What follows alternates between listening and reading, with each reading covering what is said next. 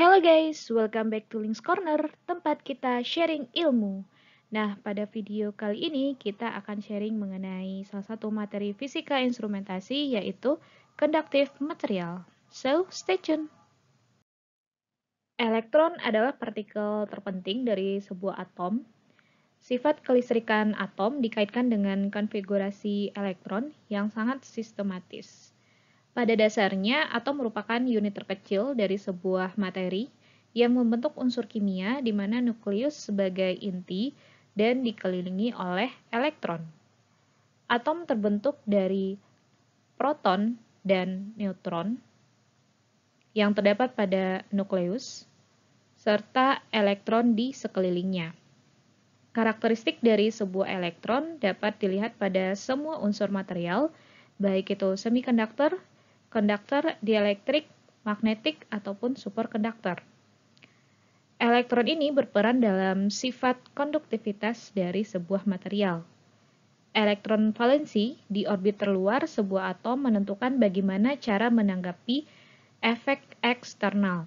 Misalnya, karena gerakan bebas di dalam logam yang digerakkan oleh energi panas, serta elektron valensi melompati celah energi dalam sebuah semikonduktor. Nah, secara keseluruhan, sifat listrik atau konduksi material dipengaruhi oleh susunan elektron dalam atom, karakteristik elektron valensi, serta interaksi antar atom. Sifat listrik dari suatu zat padat ditentukan oleh elektron yang berada di orbit terluar suatu atom. Beberapa teori elektron digunakan untuk mempelajari karakteristik dari zat padat. Adapun beberapa teori yang dapat diterima dalam menjelaskan elektron dalam kelistrikannya adalah pada mekanisme konduksi zat padat, terdapat teori Drude-Lorentz dan free electron, dan untuk mekanisme di semikonduksi terdapat teori energi band dan Brillouin zone theory. Pada teori elektron bebas menjelaskan tentang kapasitas panas dan konduktivitas listrik yang dihasilkan oleh elektron yang berada pada orbit atom. Pada tahun 1900, Drude berpostulat bahwa logam adalah terdiri dari pusat-pusat atau cores ion positif dengan elektron valensi yang bebas bergerak di antara pusat-pusat ion tersebut. Elektron-elektron valensi dibatasi untuk bergerak di dalam logam akibat adanya gaya tarik elektrostatik antara pusat-pusat ion positif dengan elektron-elektron valensi tersebut. Medan listrik di seluruh bagian dalam logam dianggap konstan, serta gaya tolak antara elektron-elektron tersebut diabaikan. Tingkah laku atau karakteristik elektron-elektron yang bergerak di dalam logam dianggap sama dengan karakteristik atau tingkah laku atom atau molekul di dalam gas mulia. Karena itu, elektron-elektron ini juga dianggap bebas dan sering disebut gas elektron bebas. Dengan mengacu pada postulat Drude, yaitu gas elektron bebas bertingkah atau berkarakteristik seperti gas mulia, pada tahun 1909, Lorentz berpostulat bahwa elektron-elektron yang menyusun gas elektron bebas dalam keadaan ekuilibrium mematuhi statistika Maxwell-Boltzmann. Kedua postulat ini sering dipadukan dan sering disebut dengan teori Drude-Lorentz. Meskipun teori ini bersifat klasik, namun teori ini telah berhasil digunakan untuk menjelaskan beberapa sifat logam. Sebagai contoh, teori ini berhasil membuktikan keabsahan hukum Ohm. Di samping itu, karena elektron bebas dapat dengan mudah bergerak di dalam logam, beberapa logam menunjukkan adanya konduktivitas listrik dan konduktivitas panas yang tinggi. Namun demikian, rasio antara konduktivitas listrik terhadap konduktivitas panas adalah selalu konstan, dan persamaan ini sering disebut dengan hukum Wiedemann-Franz. Sommerfeld memperlakukan elektron valensi atau elektron konduksi yang bebas bergerak ini secara kuantum mekanik, yaitu dengan cara menggunakan statistika kuantum Fermi-Dirac. Karena itu, tingkat-tingkat elektron di dalam kotak energi potensial ditentukan dengan menggunakan statistika kuantum. Model atom yang dikembangkan oleh Sommerfeld menjelaskan lebih baik tentang spektrum atom hidrogen, melengkapi dari teori atom Bohr. Konduktor merupakan material yang dapat dengan mudah menghantarkan arus listrik, sehingga konduktor sering disebut juga sebagai penghantar listrik yang baik. Pada konduktor yang baik, jumlah elektron-elektron bebas, yaitu elektron-elektron yang mempunyai energi cukup besar, terletak pada lintasan yang paling luar, sangat banyak dan bebas bergerak. Semua logam dan campuran logam termasuk ke dalam kategori konduktor yang digunakan dalam berbagai aplikasi, seperti pada jalur transmisi dan distribusi listrik, dan digunakan juga pada kontak listrik, yaitu relay, saklar, dan lain-lain. Digunakan juga pada resistor ataupun pada elemen pemanas. Emas merupakan konduktor listrik terbaik yang diikuti oleh perak, tembaga, dan aluminium. Mengingat faktor ekonomis, tembaga dan aluminium menjadi alternatif sebagai material yang low cost. Aluminium digunakan untuk kontak di pesawat terbang, sedangkan konduktor aluminium yang diperkuat dengan baja merupakan material yang digunakan untuk saluran transmisi. Konduktor tembaga konduktivitas tinggi dan bebas oksigen sangat cocok untuk aplikasi suhu rendah. Dan ini merupakan tembaga dengan kemurnian tinggi, memiliki resistivity 1 kali 10 pangkat min 10 ohmmeter pada temperatur 4,2 Kelvin, serta dalam 0 medan listrik. Konduktor yang baik memiliki karakteristik yang pertama, konduktivitas listrik dan termal yang tinggi, titik lelehnya juga tinggi, ketahanan oksidasi yang bagus, low cost, ketahanan aus dan abrasi yang baik, serta sifat mekanik yang lebih baik tentunya. Kehadiran fosfor, sulfur, dan besi dalam tembaga tidak menguntungkan material karena akan menurunkan konduktivitas listriknya. Aliran arus yang melalui sebuah konduktor menandakan adanya aliran elektron yang dipengaruhi oleh medan listrik. Resistansi membantu menahan aliran elektron ini. Hambatan listrik R dari konduktor berhubungan dengan panjang dan luas penampang. Hambatan listrik dan resistivitas material dipengaruhi oleh temperatur, impurities, dan deformasi plastis. Hambatan listrik konduktor tergantung kepada temperaturnya. Dengan kenaikan temperatur, maka resistansi logam murni akan meningkat. Hubungan resistansi dan temperatur dalam suatu material dinyatakan oleh RT2 sama dengan RT1 di dalam kurung 1 plus minus ADT, di mana A merupakan koefisien temperatur dari material. Sesuai dengan aturan Michelson additive, resistivitas total suatu material adalah jumlah dari resistivitas thermal, impurity, dan deformasi plastik. Flux panas Q melalui satu zat padat dengan luas penampang A sebanding dengan gradien thermal Q sama dengan min Kt A dt per dx, di mana Kt merupakan konstanta konduktivitas thermal zat padat. Tanda negatif merupakan penurunan gradien thermal. Untuk konduksi panas dalam zat padat disebabkan oleh adanya panas yang tereksitasi oleh vibrasi kisi dan pergerakan termal elektron bebas, sehingga total konduktivitas termal zat padat merupakan jumlah konduktivitas kisi Ki dan konduktivitas listrik Ke. Kt sama dengan Ki tambah Ke. Jadi dalam satu logam, Ke besar dari Ki karena adanya gerakan elektron bebas. Ketika arus listrik mengalir melalui logam, yaitu konduktor, logam tersebut menjadi panas setelah beberapa waktu. Ini disebabkan karena tumpukan elektron bebas bergerak melalui kisi logam secara random. Selama pergerakan tersebut, elektron-elektron bertabrakan dengan atom dalam kisi logam konduktor.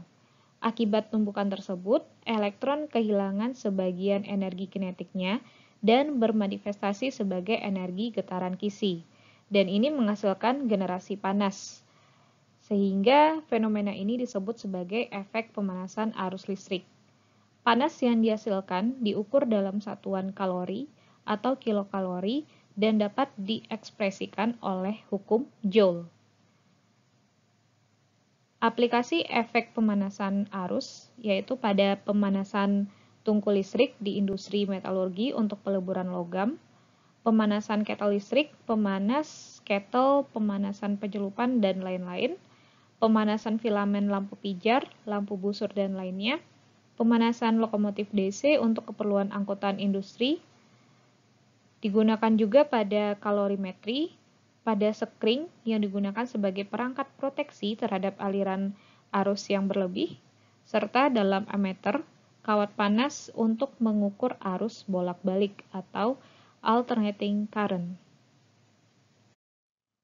Energi listrik dapat diubah menjadi energi panas, begitu juga bahwa energi panas bisa menghasilkan energi listrik. Dan pada efek ini disebut dengan efek termoelektrik, di mana efek termoelektrik merupakan fenomena yang terjadi pada logam, di mana aliran elektron, yaitu aliran arus, dimulai dengan penerapan beda potensial termal. Dan berbeda ketika diterapkannya gradien potensial listrik, maka aliran arus akan berbeda. Istilah termoelektrik di sini mengisyaratkan bahwa aliran listrik disebabkan karena efek termal. Nah, efek ini dapat dipelajari pada beberapa fenomena. Yang pertama, efek Seebeck, yang kedua Peltier, dan yang ketiga Thomson effect.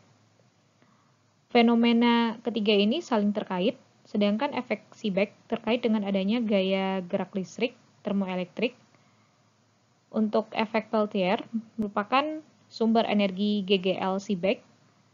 Efek Seebeck dan Peltier menjelaskan fenomena pada dua logam persimpangan, atau disebut juga pada termokapel.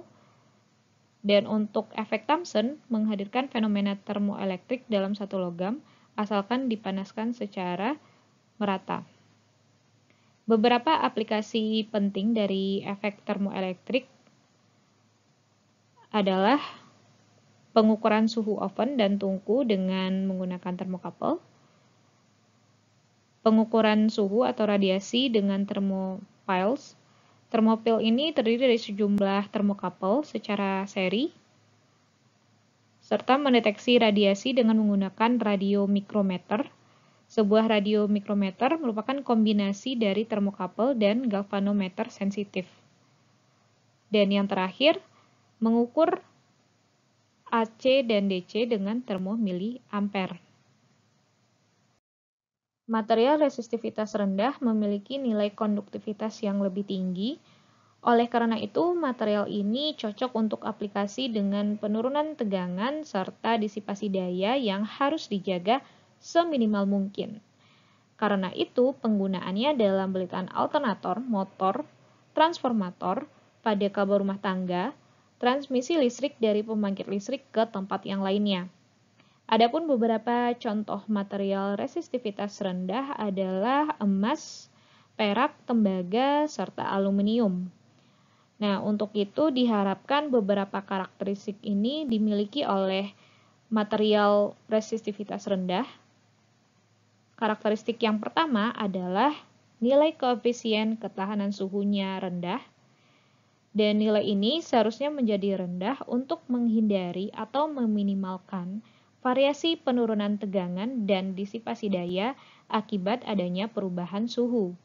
Jika nilai ini tinggi, tegangannya akan jatuh dan disipasi daya akan meningkat. Karakter yang kedua yang diharapkan adalah ketahanan tinggi terhadap korosi. Persyaratan ini diharapkan untuk mencegah korosi akibat pengaruh lingkungan.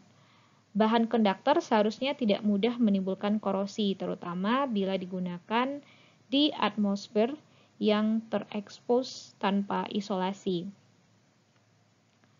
Karakteristik berikutnya yaitu solderability yang baik. Setiap konduktor seringkali harus disambung dengan konduktor lainnya. Dan sambungan ini haruslah memiliki resistansi kontak minimum. Biasanya dilakukan penyambungan dengan solder, karena pada solder itu memberikan resistansi kontak minimum. Tetapi yang perlu diingat bahwa tidak semua material memiliki kemampuan solder yang baik. Karakteristik berikutnya, kekuatan mekanik tinggi. Ini dapat kita lihat pada jalur transmisi dan distribusi listrik yang selalu mengalami overheat akibat stress and shear pada memikul berat dari badannya sendiri dan juga karena pengaruh angin. Konduktor yang digunakan dalam balitan listrik mesin dan transformator mengembangkan tekanan mekanis dan termal saat dimuat. Oleh karena itu, bahan resistivitas rendah harus cukup kuat secara mekanis untuk menahan tekanan ini. Serta yang diharapkan adalah good ductility. Material resistivitas tinggi memiliki konduktivitas yang lebih rendah. Ketika digunakan sebagai konduktor, material ini membutuhkan perbedaan potensial yang lebih tinggi untuk mengatur pergerakan elektron. Dihasilkan panas lebih banyak karena heating current effect. Material ini juga digunakan untuk membuat resistor, lampu filamen, elemen pemanas, hot plate, oven, tungku, dan lainnya.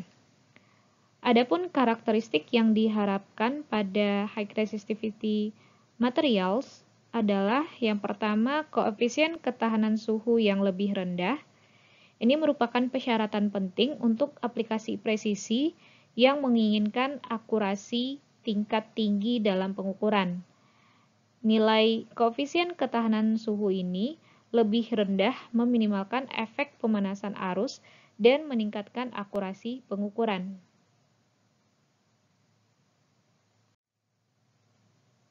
Karakteristik yang kedua adalah kemampuan untuk menahan suhu yang lebih tinggi tanpa oksidasi.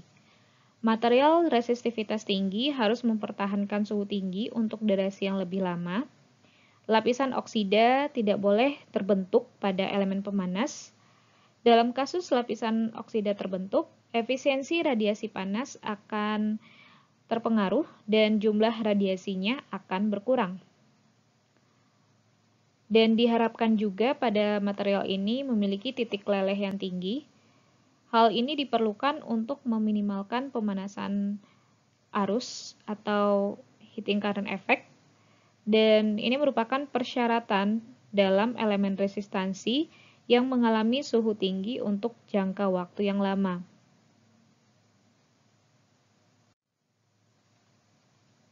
Selanjutnya diharapkan memiliki kekuatan mekanik tinggi. Bahan resistivitas tinggi digunakan sebagai kabel tipis dan juga dalam beberapa aplikasi seperti resistor, lilitan kawat presisi, dan lain-lain. Oleh karena itu, material ini diharuskan memiliki kekuatan tarik tinggi untuk menghindari adanya kerusakan selama pembuatan, perakitan, dan penggunaan. Serta memiliki elastisitas yang cukup. Material resistivitas tinggi juga digunakan dalam bentuk kabel dan gulungan sebagai elemen pemanas, oven, dan lain-lain. Jadi ukuran kabel dapat bervariasi dari yang sangat tipis hingga yang tebal. Oleh karena itu, bahannya harus seperti mampu ditarik menjadi kabel dengan ukuran yang berbeda. Dan ini membutuhkan suatu elastisitas bahan yang memadai. Fuse merupakan konduktor yang terhubung ke rangkaian listrik atau perangkat listrik untuk melindungi dari kelebihan arus. Dan material ini bisa meleleh ketika rangkaiannya putus serta terjadinya kerusakan pada perangkat yang terhubung kepada arus yang berlebih. Fuse wire umumnya terbuat dari logam murni dan dicampur dengan titik leleh yang rendah. Dalam bentuk logam terbuat dari timah bismut, tembaga, timah timbal yang sering digunakan.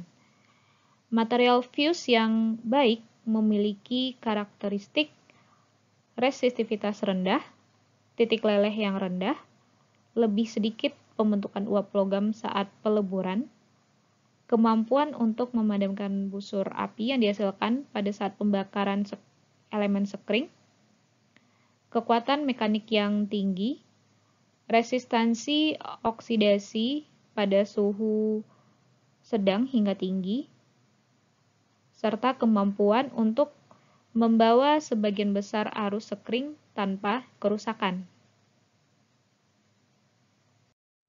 Tungsten dan karbon merupakan material filamen yang umum digunakan. Tungsten lebih banyak digunakan karena titik lelehnya yang tinggi, sekitar 3410 derajat Celcius, serta kekuatannya juga tinggi. Meskipun karbon memiliki titik leleh yang lebih tinggi, yaitu sebesar 3550 derajat Celcius, tetapi kekuatannya lebih rendah dari tungsten.